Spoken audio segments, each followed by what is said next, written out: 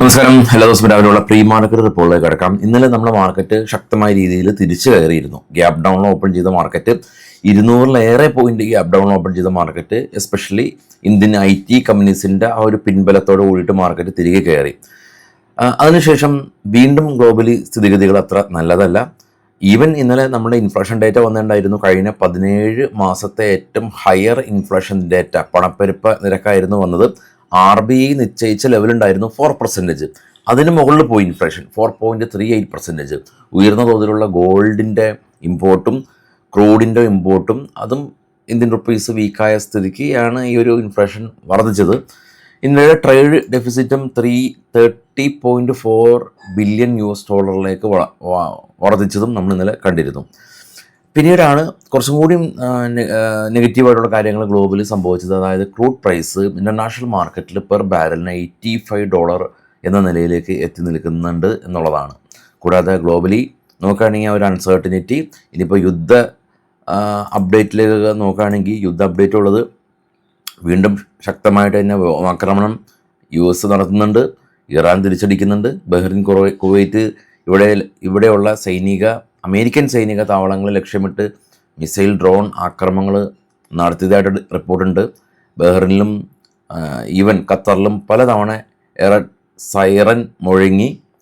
ഹോർമുസിനെ ചുറ്റിപ്പറ്റിയാണ് പ്രശ്നങ്ങളുള്ളത്.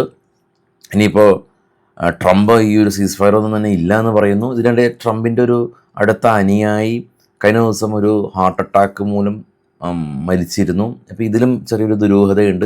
ട്രംപിൻ്റെ സുരക്ഷയെ ചൊല്ലി കുറച്ചും കൂടി ഒരു കൺസേൺ ഉണ്ട്. ഇതൊക്കെ പിന്നമ്പുറത്ത് നടക്കുന്നുണ്ട്. ഇറാനിൽ തിരിച്ചടിക്കണം എന്നുള്ള ഒരു ചിന്ത അത് രൂക്ഷമാകുന്നുണ്ട്. അപ്പോൾ ഇതൊക്കെയാണ് ഇപ്പോൾ ഗ്ലോബലി ഉള്ള ഒരു കാര്യങ്ങൾ. ഗ്ലോബൽ മാർക്കറ്റ് കണ്ടുവരുമ്പോൾ നിങ്ങൾക്ക് ഏകദേശം ഒരു ധാരണ വരും. ഗ്ലോബൽ മാർക്കറ്റിൽ ഏറ്റവും താഴെ നാസ്ഡാക്ക് ഡോ ഇടിഞ്ഞിരുന്നു. യൂറോപ്യൻ മാർക്കറ്റിൽ നിന്ന് റിക്കവറി ആയിരുന്നു. ഇപ്പോൾ ട്രേഡ് ചെയ്യുന്ന കൊറിയ, ജപ്പാൻ മാർക്കറ്റുകളെല്ലാം തന്നെ ഫ്ലാറ്റാണ്. ഡോ ഫ്യൂച്ചർ, നാസ്ഡാക്ക് ഫ്യൂച്ചർ നെഗറ്റീവായിട്ട് നിൽക്കുമ്പോൾ ഏറ്റവും ടോപ്പിൽ നിഫ്റ്റി ഫ്യൂച്ചർ ഇൻഡിക്കേറ്റ് ചെയ്യുന്നത് ഒരു 200-നും 100-നും ഇടയിലുള്ള ഒരു ഗ്യാപ്പ് ഡൗൺ ആണ്. ഏറ്റവും ടോപ്പിലേക്ക് പോകുകയാണെങ്കിൽ ഗോൾഡും ഇടിഞ്ഞു, $4000 താഴെ പോയി. സിൽവർ ഇടിഞ്ഞു. ബിറ്റ്കോയിൻ സസ്റ്റെയിൻ ചെയ്ത് നിൽക്കുന്നുണ്ട്. കൂടാതെ തന്നെ FIസിൻ്റെ കാര്യം എടുക്കുകയാണെങ്കിൽ ഇന്നലെ 3000 കോടി രൂപയുടെ സെല്ലിങ് FIs നടത്തിയിരുന്നു. 3000 കോടി രൂപയുടെ സെല്ല്. അപ്പോൾ അവരൊന്ന് തിരിച്ചു വന്നതായിരുന്നു. വീണ്ടും FIസും ഒരു സെല്ലിങ് മോഡിലേക്ക് പോയിട്ടുണ്ട്. ഈ ഇന്ത്യൻ IT കമ്പനീസ് US മാർക്കറ്റിൽ പെർഫോമൻസ് ചെയ്തിട്ടുണ്ട്. 5% ഇൻഫോസിസ് ADRൽ പെർഫോമൻസ് ചെയ്തിരുന്നു. പിന്നെ ഇനിയിപ്പോൾ നമുക്ക് നേരെ സ്റ്റോക്കുകളുടെ വാർത്തകൾക്ക് പോകാം. അപ്പോൾ ബിറ്റ്കോയിൻ്റെ ഒക്കെ ലെവൽ നോക്കുകയാണെങ്കിൽ ബിറ്റ്കോയിൻ യുദ്ധം വരുമ്പോഴല്ല ബിറ്റ്കോയിനിലുള്ള പ്രശ്നം. അപ്പോൾ ബിറ്റ്കോയിനിൽ ഈ സപ്ലൈ ആൻഡ് ഡിമാൻഡുകളാണ് കൂടുതൽ ബിറ്റ്കോയിനിൽ റിഫ്ലക്റ്റ് ചെയ്യുന്നത്. അപ്പോൾ നമുക്ക് നമ്മളുടെ ഇന്ത്യൻ ബ്രോക്കർ ഉപയോഗിച്ചിട്ട് ബിറ്റ്കോയിനിലൊക്കെ ട്രേഡ് ചെയ്യാനായിട്ട് സാധിക്കും. ITRും എല്ലാം തന്നെ ഫയൽ ചെയ്യാം.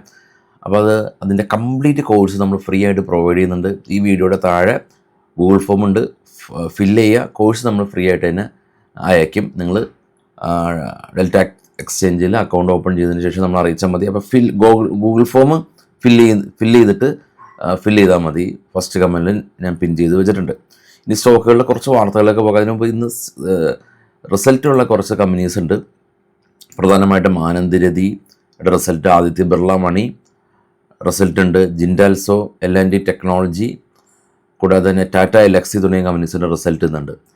ഇനി ICICI പ്രൊഡൻഷ്യൽ സ്റ്റോക്കുകളുടെ വാർത്ത, ബൈസൽ റെക്കമെൻഡേഷൻ എല്ലാം. ICICI production net profit 23% വർദ്ധിച്ചിരുന്നു.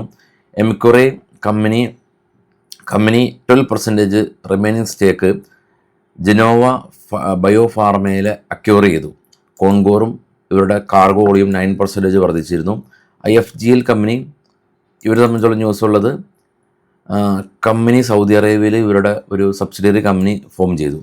PDS company French കമ്പനിയായിട്ടൊരു ലോങ് ടൈം പാർട്ട്ണർഷിപ്പ് സൈൻ ചെയ്തു. BELന് പുതിയ ഓർഡർ കിട്ടി. ബട്ടർഫ്ലൈ ഗാന്ധിപതി കമ്പനിക്ക് അവരുടെ ഗ്യാസ് സ്റ്റോപ്പ് കുക്കറിന് 20 വർഷത്തെ പേറ്റൻറ്റ് ലഭിച്ചു. നുവാക്കോ കമ്പനി നെറ്റ് പ്രോഫിറ്റ് 20% ഉയർന്നു എന്നുള്ളതാണ് സ്റ്റോക്കുകളെ സംബന്ധിച്ചുള്ള വാർത്തയുള്ളത്. കൊണ്ടത് ഇന്നലെ നമ്മൾ വൈകിട്ട് ഒരുപാട് സ്റ്റോക്കുകളുടെ വാർത്തകളും ഡിസ്കസ് ചെയ്തിരുന്നു. അപ്പോൾ ചാനൽ എല്ലാവർക്കും ഷെയർ ചെയ്ത് കൊടുക്കാൻ മറക്കരുത്. ബിറ്റ്കോയിനിൽ ട്രേഡ് ചെയ്യാൻ താല്പര്യമുള്ള ആളുകൾ ഈ ഗൂഗിൾ ഫോം ഫസ്റ്റ് കമൻറ്റിൽ പിൻ ചെയ്ത് വെച്ചിട്ടുണ്ട്. എല്ലാവർക്കും ശുഭദിനം. Thank you.